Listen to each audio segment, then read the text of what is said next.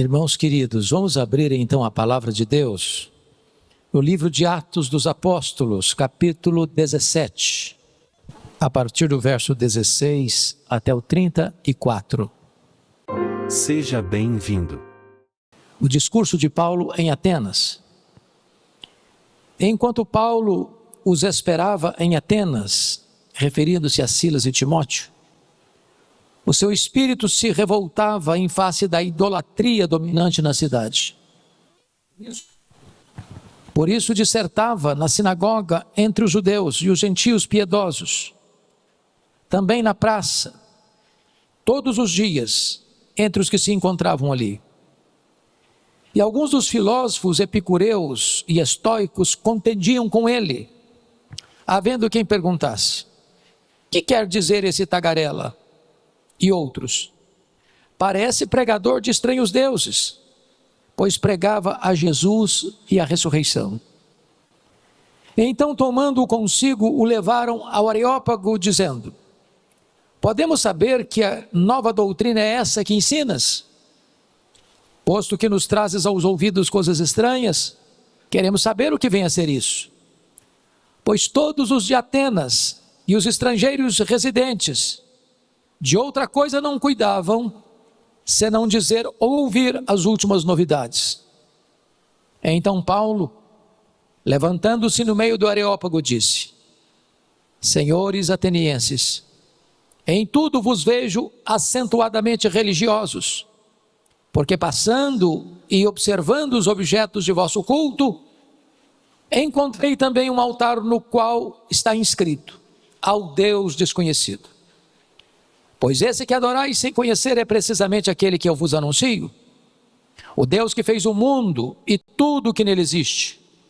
Sendo ele Senhor do céu e da terra, não habita em santuários feitos por mãos humanas, nem é servido por mãos humanas, como se de alguma coisa precisasse, pois ele mesmo é a quem a todos dá vida, respiração e tudo mais.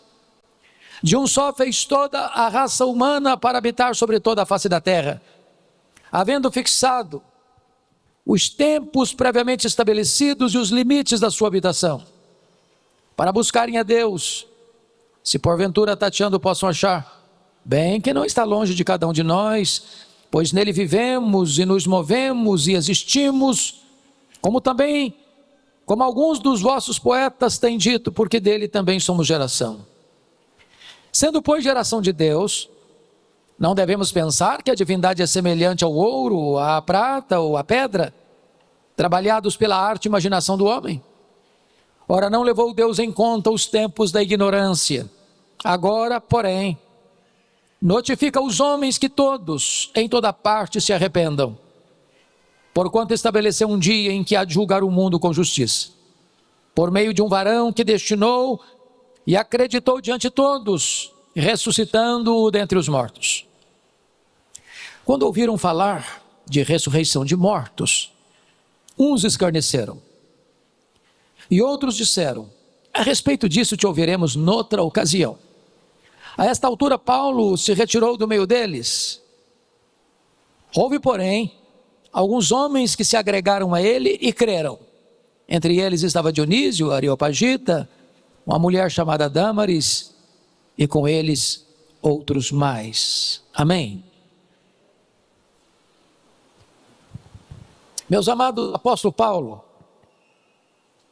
este grande desbravador do reino de Deus, na sua segunda viagem missionária, depois de ser açoitado em praça pública em Filipos, de ser escorraçado de Tessalônica, a capital da Macedônia, de ser enxotado de Bereia, precisa fugir às pressas, deixando para trás seus companheiros de jornada, Silas e Timóteo, e chega em Atenas, a capital intelectual do mundo,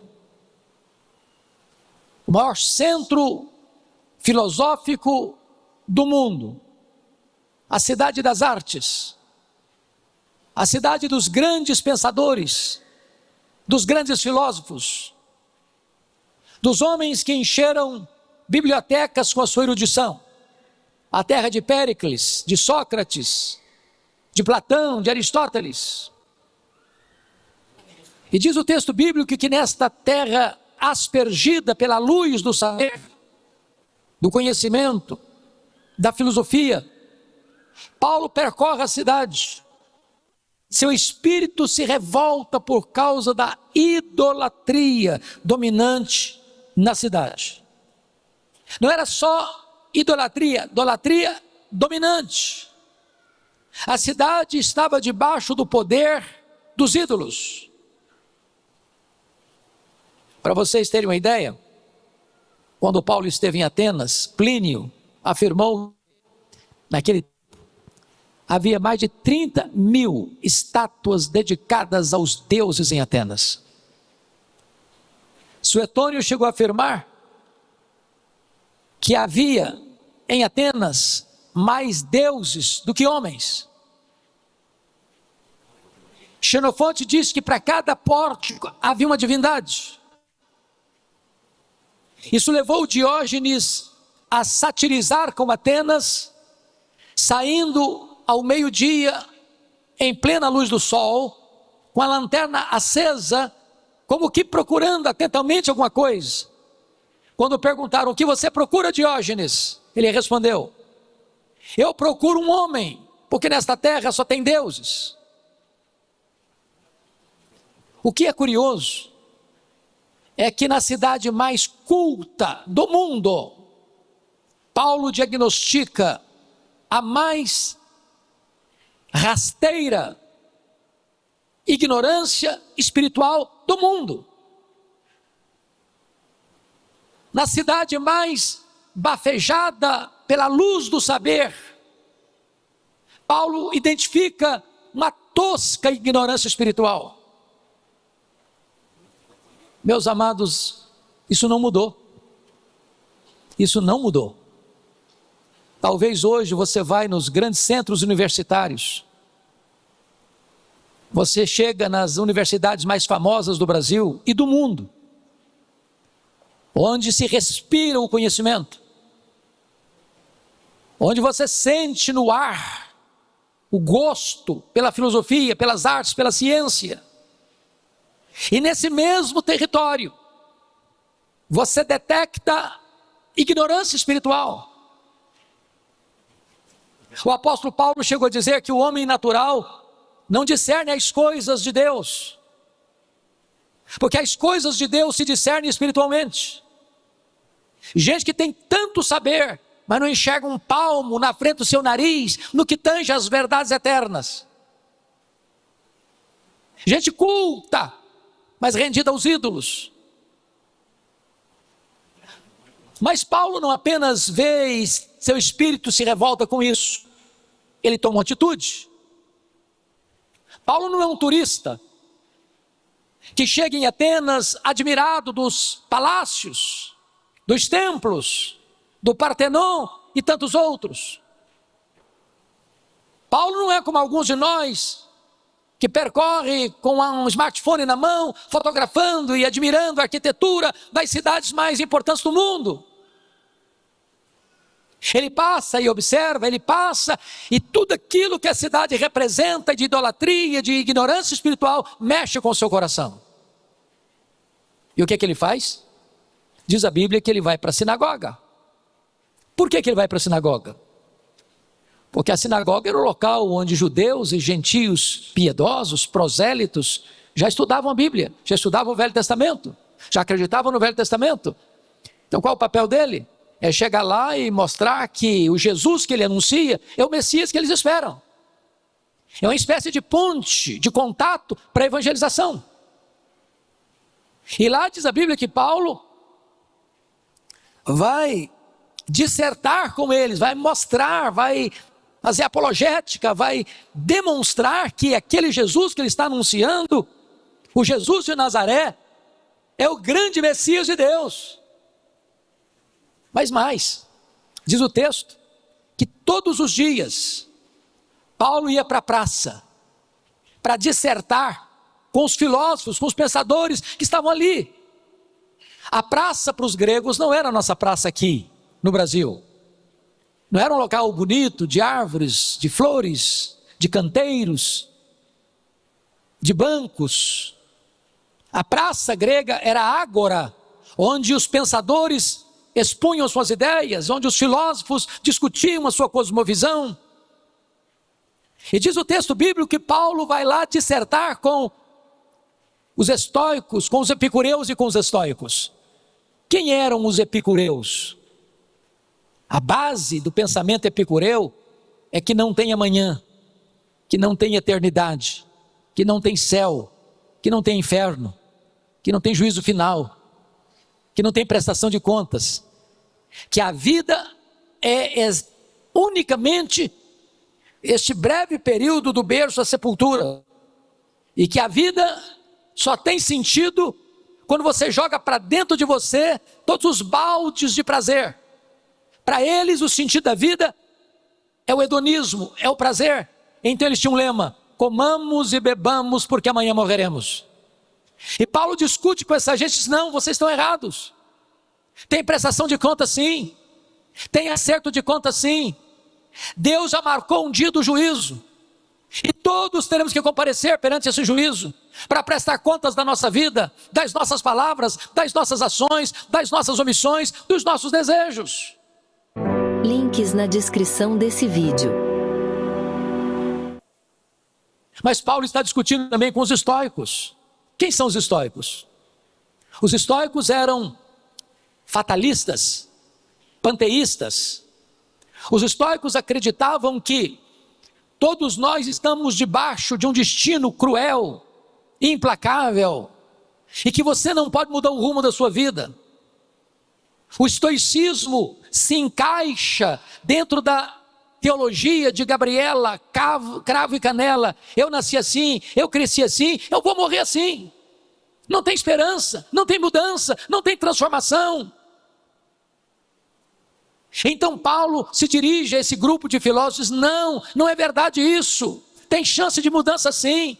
Deus ordena a todos os homens em todos os lugares que se arrependam, que tenham um novo coração, uma nova mente, uma nova vida, uma nova família, uma nova pátria, uma nova herança.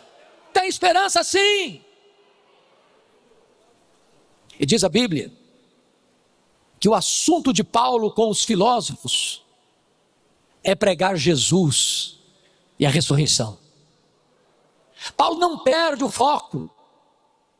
Paulo não entra numa discussão inócua, estéril. Paulo apresenta para os intelectuais do mundo da sua época o Evangelho, e o Evangelho é Jesus Cristo nosso Senhor. O Evangelho é a mensagem de que Jesus venceu a morte, matou a morte e ressuscitou, inaugurando a imortalidade. E diante dessa pregação, diz a Bíblia que os pensadores perguntaram assim: mas o que quer dizer esse tagarela? Parece pregador de estranhos deuses. Pois Paulo pregava Jesus e a ressurreição. Essa palavra tagarela significa literalmente os passarinhos que iam para os esgotos para comer sementes. Numa palavra bem brasileira, seria tico-tico no fubá.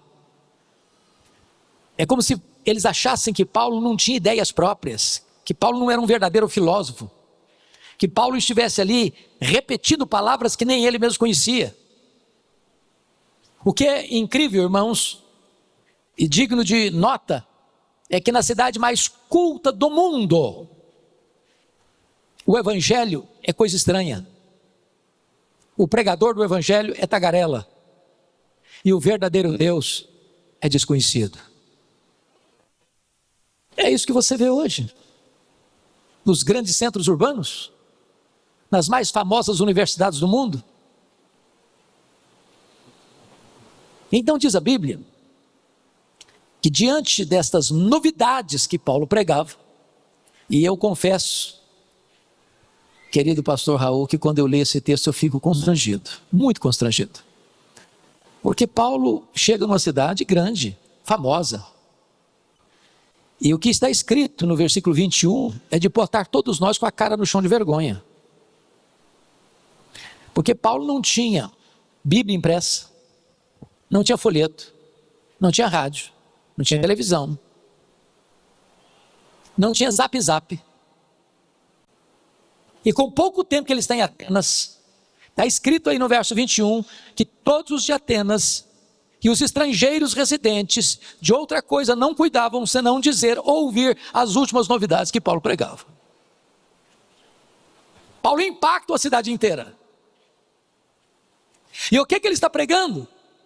Jesus e a ressurreição. Os atenienses estão até a pensar que Paulo está pregando mais duas novas divindades, acrescentando mais duas novas divindades ao panteão dos gregos. Uma divindade masculina, Jesus, e uma divindade feminina, a ressurreição.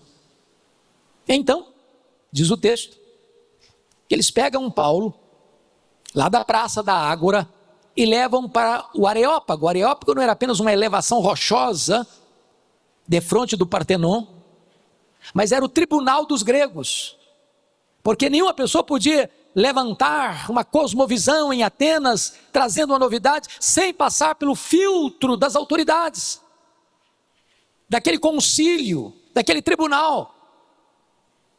E era tudo que Paulo queria, uma chance de clarear ainda mais o evangelho. E quando então dão a palavra para Paulo se explicar, ou esclarecer o que ele está ensinando em Atenas, me admiro outra vez a sensibilidade e a sabedoria de abordagem do apóstolo Paulo. Porque Paulo poderia ter começado a conclusão de dizer: arrependei-vos, porque Deus não está levando conta o tempo da vossa ignorância. Mas chamar de ignorante a cidade mais culta do mundo seria uma ofensa para eles? Paulo começa fazendo um elogio. Paulo começa ganhando direito de ser ouvido. Paulo cria pontes de contato para comunicar o evangelho. Isso é sabedoria, isso é estratégia.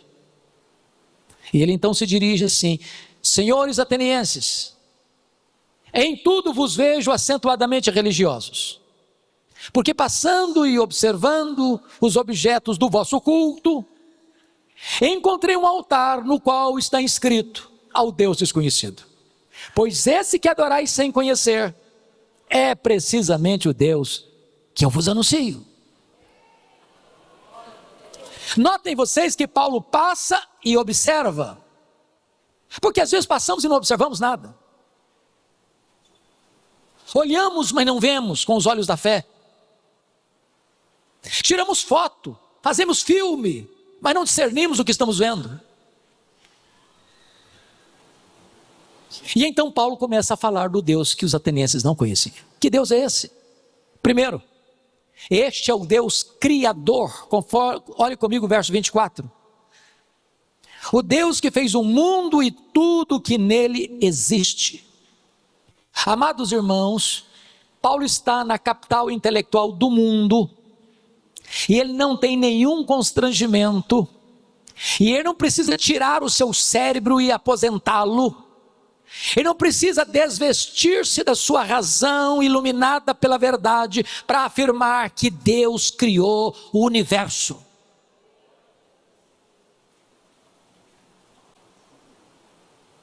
E isso era contrário ao pensamento grego, porque o pensamento grego é que a matéria era eterna.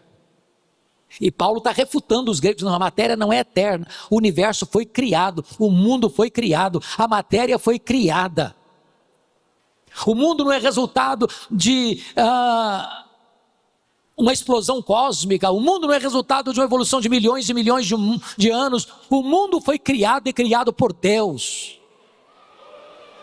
Essa verdade é a verdade primeira do cristianismo. Notem comigo, por favor, versículo 26. Ele diz algo aqui muito importante: de um só fez toda a raça humana para habitar sobre toda a face da terra. O que esse texto está dizendo é que Paulo acreditava que Adão e Eva não eram figuras lendárias, não eram figuras míticas, que Adão e Eva de fato existiram.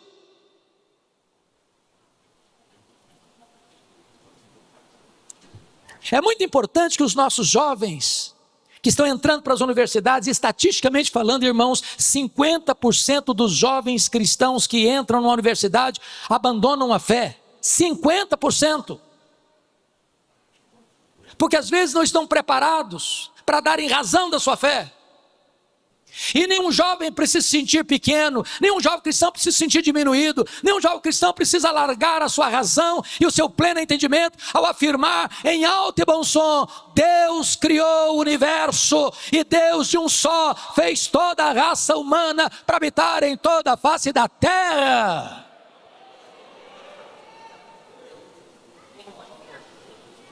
Quem é o Deus que os atenienses não conheciam? Segundo lugar, Ele não é apenas o Deus criador, Ele é o Deus da providência. Olha comigo o versículo 25. Na parte B diz: pois Ele mesmo é quem a todos dá vida, respiração e tudo mais. Olha o verso 28. Pois nele vivemos e nos movemos e existimos. Paulo está refutando aqui um pensamento muito comum no meio filosófico. Ele está refutando aqui o chamado deísmo. O que é o deísmo? É a ideia de que, embora Deus tenha criado, mas esse Deus é apenas transcendente, mas não é imanente. Ilustrando, é como se um relojoeiro acabasse de fazer um relógio, desse corda nesse relógio e deixasse esse relógio trabalhar sozinho. O Deus a quem servimos, Ele não é apenas transcendente, maior que tudo que Ele criou, mas Ele é imanente, Ele é presente, porque Ele é quem nos dá a vida, Ele é quem nos dá a respiração, Ele é quem nos dá tudo mais, Ele é quem nos dá a saúde, Ele é quem nos dá a inteligência, Ele é quem nos dá o pão de cada dia, Ele é quem nos dá a prosperidade, Ele é quem nos dá a salvação, Ele é quem nos dá todas as coisas, louvado seja o seu nome. Ele é o Deus da providência. Terceiro lugar, quem é o Deus que eles não conheciam? Veja comigo o versículo 24. É o Deus que é Senhor, sendo Ele Senhor do céu e da terra. Irmãos, essa é uma pregação corajosa de Paulo, porque ele está num centro acadêmico, mas um centro acadêmico que está debaixo do poder de Roma. E debaixo do poder de Roma só se conhecia um Senhor, que era César. E Paulo está dizendo que quem manda não é César, quem está no trono não é César, quem tem as rédeas da história não é César, quem governa os destinos do mundo não é César, porque os grandes deste mundo são colocados no trono e são apiados no trono. Os grandes deste mundo morrem. Os grandes deste mundo são retirados do trono com um só sopro do Deus Todo-Poderoso.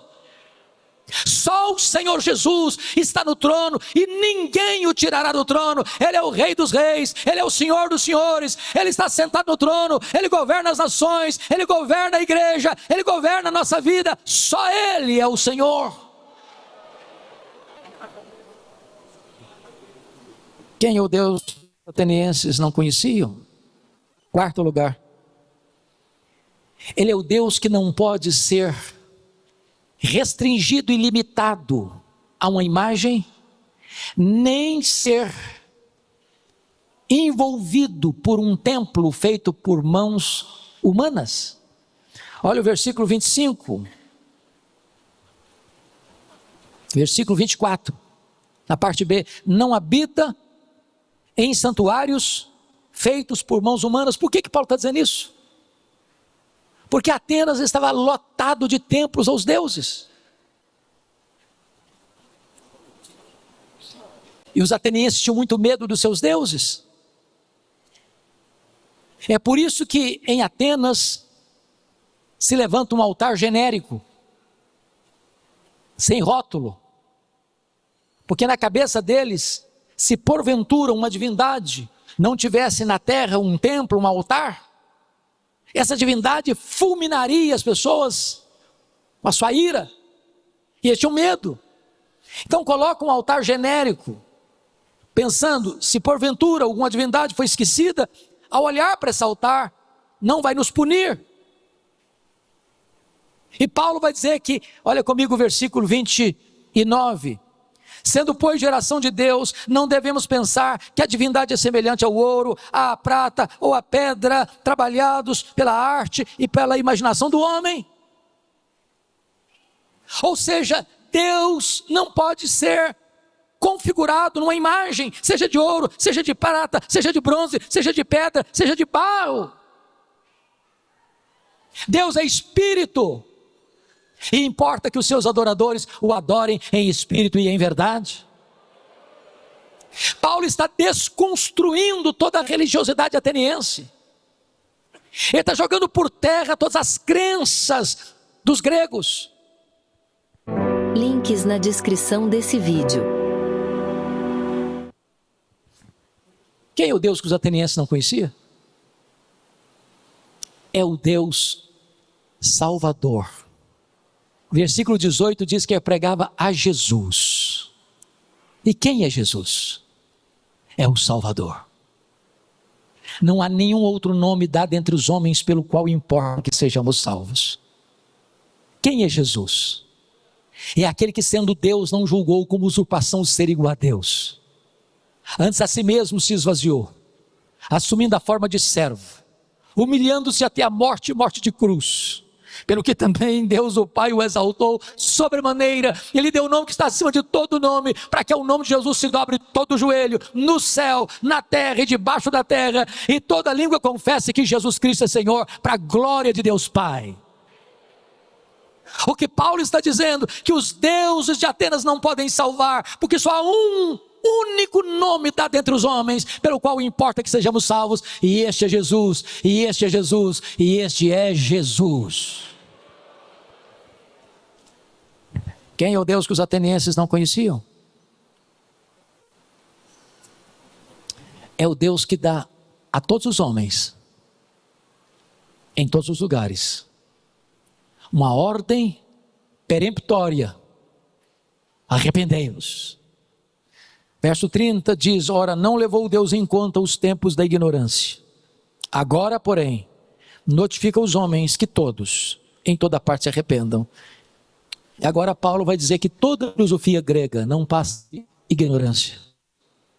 Ignorância.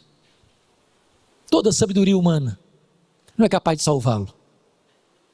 Você pode fazer um mestrado, você pode fazer um doutorado, você pode fazer um pós-doutorado.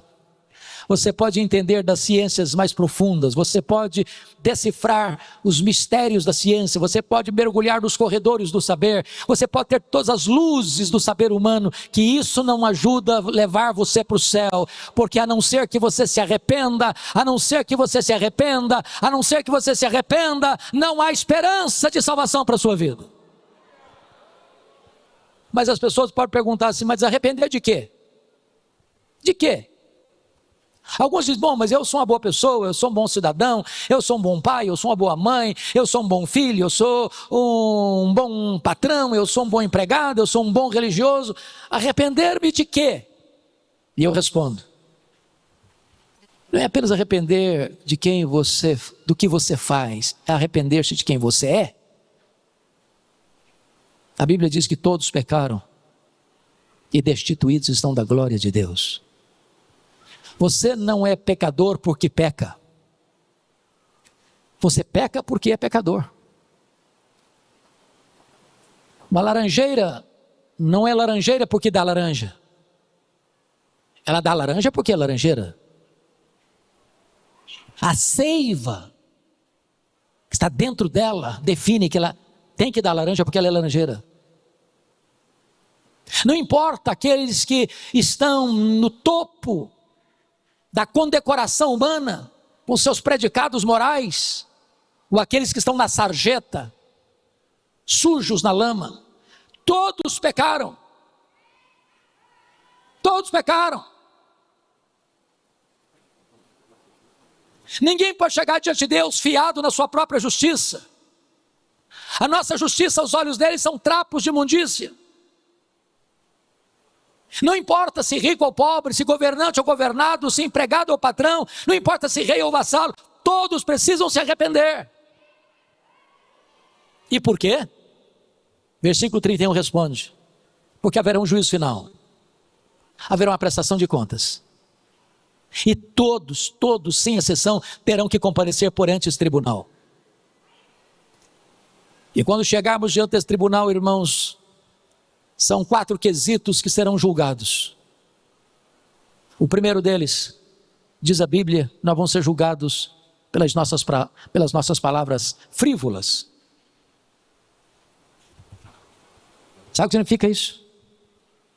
Tudo que você falou está registrado nos anais do tribunal de Deus. Você não lembra mais, mas está tudo gravado, tudo registrado. Só para fazer um checklist. Já falou mal dos outros alguma vez? Já falou palavrão alguma vez?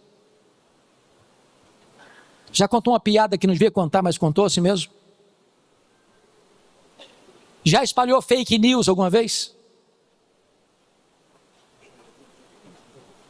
Posso lhes garantir que nesse quesito, ninguém passará pelo pente fino do tribunal de Deus. Nesse quesito, culpados. A Bíblia diz que nós vamos ser julgados pelas nossas obras. O que você fez, seu pai não viu, sua mãe não viu, seu filho não viu, sua filha não viu, seus amigos não viram, sua igreja não viu, seu pastor não viu, a lei não viu, você apagou a luz, fechou a porta do quarto, Deus estava lá. Nesse quesito, todos culpados. A Bíblia diz que nós vamos ser julgados pelas nossas omissões. Se você sabe que deve fazer o bem e não faz, nisso você está pecando. E a Bíblia diz que o padrão de Deus é perfeição. Se você guardar toda a lei e tropeçar num único ponto, você é culpado da lei inteira. Nesse quesito, todos culpados. Mas a Bíblia diz que nós vamos ser julgados no dia do juízo pelos desejos do nosso coração, pelos nossos pensamentos.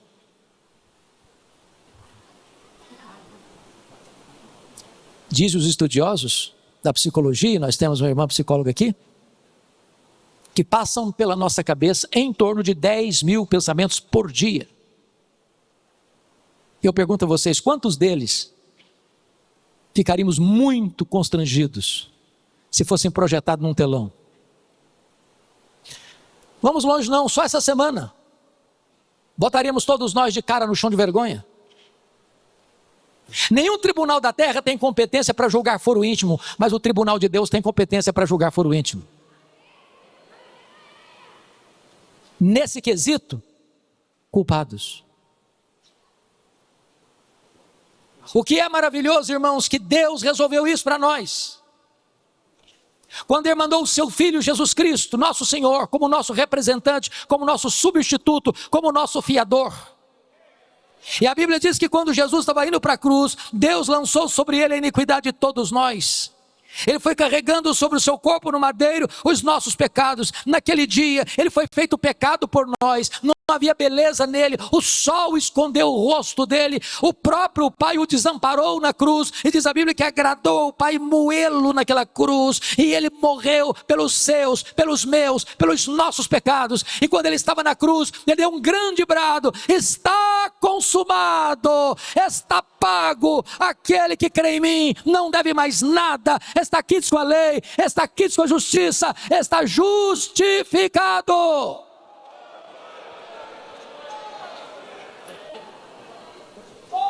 O versículo 31 é declaradamente importante destacar.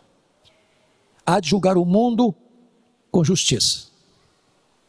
Os tribunais da terra, meus irmãos, por mais egrégios, ínclitos que sejam, são passíveis de erro.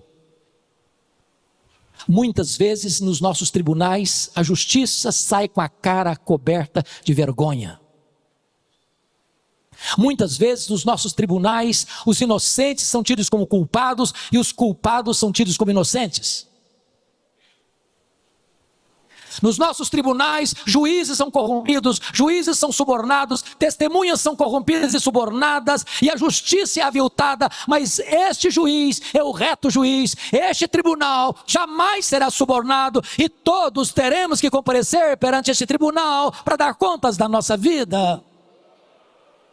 A não ser que você esteja coberto com as roupas brancas da justiça de Cristo, a não ser que as suas roupagens estejam lavadas no sangue do Cordeiro, não haverá esperança para você no dia final. Paulo está pregando o Evangelho. Quando ele termina de pregar, seu auditório se divide em 3 grupos. Versículo 32 diz que quando ouviram Paulo, uns escarneceram dele. Ao ouvirem sobre ressurreição dos mortos. Por que ao ouvirem sobre ressurreição dos mortos, eles escarneceram? Por quê? Porque o pilar do pensamento grego era o dualismo. Para os gregos a matéria era essencialmente má e o espírito é essencialmente bom. Então, na cabeça dos gregos, quando alguém morria, a alma imaterial saía da prisão do corpo, que é material. Então, os gregos aplaudiam a morte, porque para os gregos a morte libertava a alma da masmorra do corpo. Então, na cabeça de um grego, quando alguém ressuscitava, se alguém ressuscitava, aquela alma que fora liberta na morte voltaria para a prisão do corpo. E eles detestavam essa ideia. Escarneceram de Paulo. Os gregos estavam errados. O corpo não é mau, não. O corpo foi feito por Deus. O corpo é redimido por Deus. O Espírito Santo habita no nosso corpo. O nosso corpo é santuário do Espírito Santo de Deus. E esse corpo vai ser ressuscitado e glorificado. O segundo grupo disse para Paulo assim: a respeito desse assunto nós te ouviremos noutra ocasião. Adiaram a mais importante decisão da vida. Aqui está o grande erro. Porque nem você, nem eu, nem os atenienses administram o futuro. O amanhã pode não existir. Nem você, nem eu temos garantia de que estaremos vivos daqui a 5 minutos. Eu vi um vídeo essa semana de um cantor evangélico, não recordo o nome dele, que estava cantando uma música e caiu morto. Estava vendo agora, lá na Turquia, que um cidadão estava fazendo um discurso contra Israel. E no meio do discurso ele cai, no infarto. O amanhã pertence a Deus, é por isso que a Bíblia diz: se hoje ouvires a voz de Deus, não endureçais o vosso coração. Amanhã pode ser tarde demais. E mais, amanhã o seu coração pode estar endurecido, porque a Bíblia diz que é Deus quem dá o arrependimento para a vida. Então não deixe para amanhã. Mas louvado seja Deus. Versículo 34 diz que alguns se agregaram a Paulo e creram. E creram. E creram. Esta palavra é viva, esta palavra é poderosa, esta palavra não volta para Deus vazia sem que ela opere aquilo para o qual Deus a asignou. E eu quero crer, meus irmãos, que nesta noite haja aqui salvação nesta casa, neste lugar, para a alegria do povo de Deus e para a festa diante dos anjos do Senhor. Se você crê, diz Jesus, você tem a vida eterna.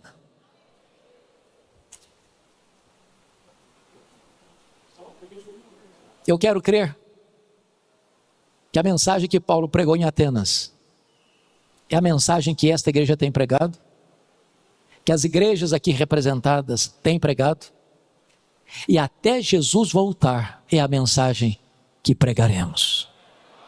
Deus é o Criador, Deus é o provedor, Deus é o Senhor, Deus é o Salvador, Deus é o Deus que dá a oportunidade a você de se arrepender. Deus é o Deus que alerta você para o dia do juízo. Deus é o Deus que exorta você, não deixe para amanhã, porque pode ser tarde demais. Mas se hoje você ouvir a voz de Deus, se hoje você se render ao Senhor Jesus, você recebe de graça pela fé o dom da vida eterna. A Ele a honra, a glória e o louvor, agora e eternamente. Amém.